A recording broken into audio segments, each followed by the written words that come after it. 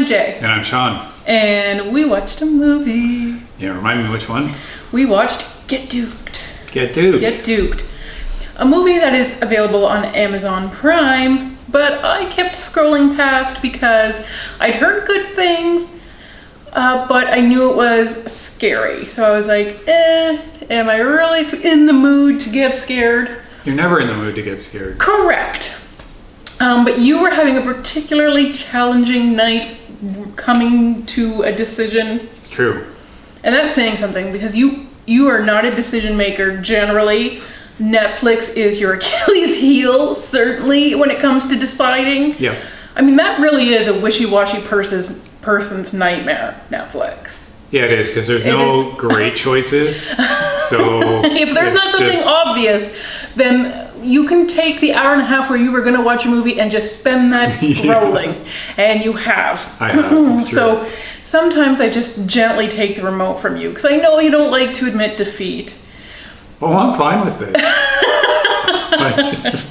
Thanks for doing that. I'm fine for you to take over. Okay. Well, I did on this night. I took the remote, I chose Get Duked, I cringed because I knew it was going to be scary, and then Amazon Prime told me that it was a comedy. And I was like, oh, okay. I've been avoiding it this whole time just because I wrongly classified it in my head. It must have been some other movie I was thinking about. Then we put it on, and no, I was right. Of course I'm right. How did I even doubt myself? I never let you doubt me. No, that's true. for sure. Why would I? But this one time I doubted myself. But no, I was right. It is a comedy horror, though.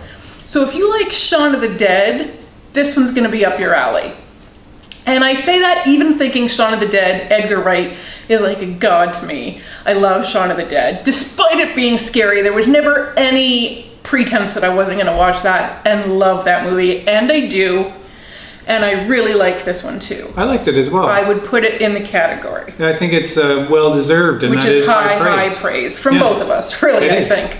But it fits. It does comedy well, and I think that's hard to do. Even comedies don't do it very well. So yeah, this is a rare one that gets it right. So Get Duked. What does that possibly mean? Well, it's about these three friends, these ne'er-do-well, rascally high school students who can't be detentioned enough, so they have been voluntold to spend like a long weekend doing this Duke of Edinburgh Award. So I looked it up. It is a real thing. It is a thing you could even do here in Canada, Sean. You will get one if you like. All right. But like spending time orienteering in the woods is only one portion of the award. There's a lot to it, a lot of service, and so this is only one portion. So don't think just because you don't get murdered in the campground one night, you need to get a lot more than that to get this certificate from the Duke of Edinburgh, who is the Queen's husband, Prince Philip. So he 50 years ago, he thought kids weren't getting outside enough, or boys were anyways. And so he instituted this award to encourage getting back to the fresh air and stuff like that. It's one of his things. Yeah. He has had to have a lot of things. He's had to have a lot of things. And eventually he even had to let girls in. Oh boy, that's against everything it stands for. Yes, it's not really much of an award anymore. They're just giving them away. Anyways, so these three friends don't want to do this whatsoever. No, of course they have no idea what any of this is. They have not partaken in a lot of outdoor education up until this point where they are being forced into doing it instead of being expelled. And they would much rather be expelled. Yes, they would. So it was a great punishment by their school, and perhaps something more of you should think about for your own students. So in our trio of friends, we have Dean, and I'll call him the leader of the pack, just because he seems to have the drugs and the firecrackers, not the common sense. Dean no, but that goes a long way with these guys. Yes. And nobody's giving him a run for common sense. So Dean is played by Rian Gordon. Duncan is by far the dumbest And that is saying something. Yeah. He seems to be fairly lucky, though, because for all of his harebrained schemes, he never pays for it as much as you might think. He's still alive. Yeah. Yes. Well, at the beginning of the movie. Oh, yeah. Duncan is played by Lewis Gribben. And rounding out the trio, we have DJ Beatroot. DJ Beatroot. And if I could do one of those DJ noises, insert here, I would. Because he is Instagram famous in his head. Yeah. He certainly shoots all his videos as if he is. Yeah. If he has an Achilles heel, and I'm not saying this is a weakness, I'm not, but he can only rap about his dick. Yeah. Possibly, it's possible he doesn't have the coolest DJ name, but I don't know, that's not for sure. No, he's working on it. He's working on it. He's workshopping. So they have been brought out to the Scottish Highlands by their teacher, Mr. Carlyle, played by Jonathan Amos. But the teacher's not going to be around. He's basically dropping them off in point A, giving them a map.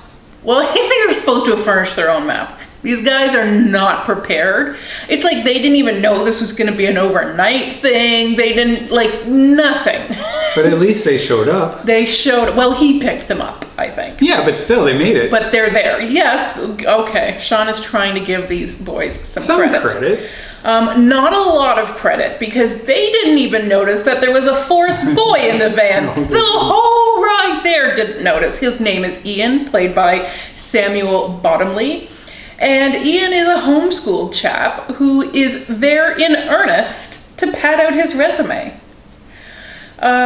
So he's the only one who is even a smidgen bit prepared. It's probably his map. But aside from that, these guys just do not have the kind of provisions, let alone the kind of smarts where they should be legally allowed to fend for themselves for even 10 minutes. It's cruelty, really. Yes, and whatever they got punished for, I'm sure they're going to do 10 times worse. They're going to inflict the poor Scottish Highlands will never be the same. No, it won't. I mean, okay. So these guys have to somehow survive, get to point B where their teacher will meet them. They have to orienteer themselves through the countryside. And they did not bring the right footwear. No, that's right. DJ Beatroot is totally in white. Yes, he's having an all-white party. It's unfortunate. And it is very unfortunate. Anyways, these four are enough to keep us entertained no matter where they were. They could be the Breakfast Club. They could have stayed in a detention hall and we would have enjoyed it. But they're out fending for their lives because they really are this stupid that any moment that they don't have direct adult supervision is a threat to their lives. But there's an even bigger threat to their lives in the environment because it is not particularly harsh, but they are 0% prepared. Then there's a third threat, a guy with a gun. A guy who seems to be dressed as the Duke of Edinburgh. At least that's what the kids who are on drugs decide he must be. The hills are haunted by the ghost of a man who isn't dead yet, although I can, see where you might have thought otherwise. Yeah. So the guy is played by Eddie Izzard.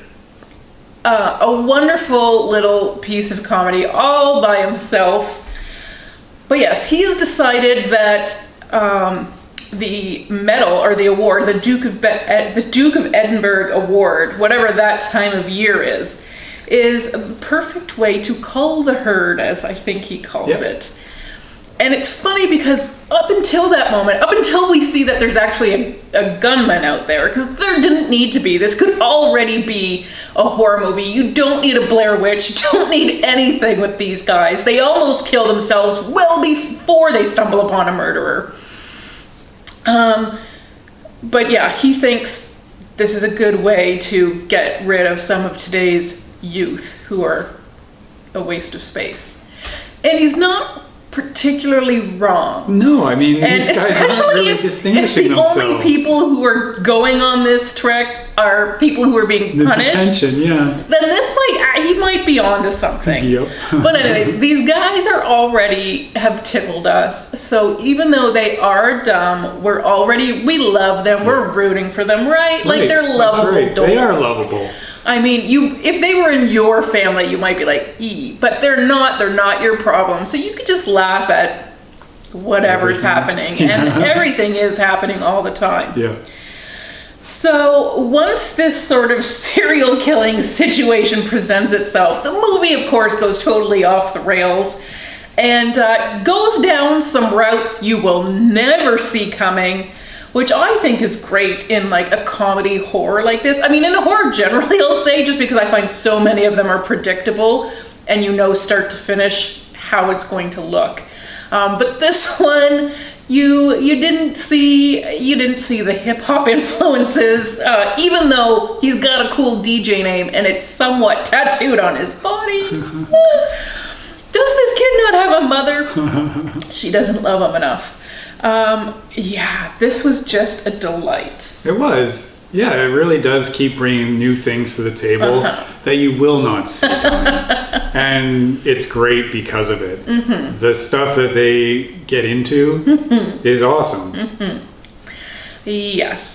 Because also there's like a very inept little podunky police force. Oh yeah. And they're getting calls about stuff that they are misconstruing. At the beginning, the biggest, and this is like the crime of the year is a bread thief in the area. Yeah. And they think there's like a pedophile ring and a gang, and I can't even remember all of the things they have misconstrued. And don't find any of them because of course they don't exist. And yet all of these murders are happening and they can't even find the bread thief. Yeah. So that's another little added bit of comedy. Again, they're super underdoggy and yet very lovable. So I just thought there was really a lot to love in this. There is. A lot to really love. Nothing negative. No. So writer-director Ninian Doff, congratulations. This is a very rare review for us that I enjoyed a horror movie. Yep. That Jordan Peele didn't direct. Or Edgar Wright. If you venture into his territory, you better bring it. And you did. So I'm really proud of that. I'm really excited. This is like a really great career launcher, I think. I think so. Mm-hmm. I'd watch a sequel. For sure. Yeah. Who knows what they'll get next time. Exactly. But they've already been duped. Yeah. So it is on Amazon Prime, or at least it is here in Canada. Hopefully you guys can access it too, because it's actually a good one. Yes, it is. Thanks so much for watching, everyone. Bye. Bye.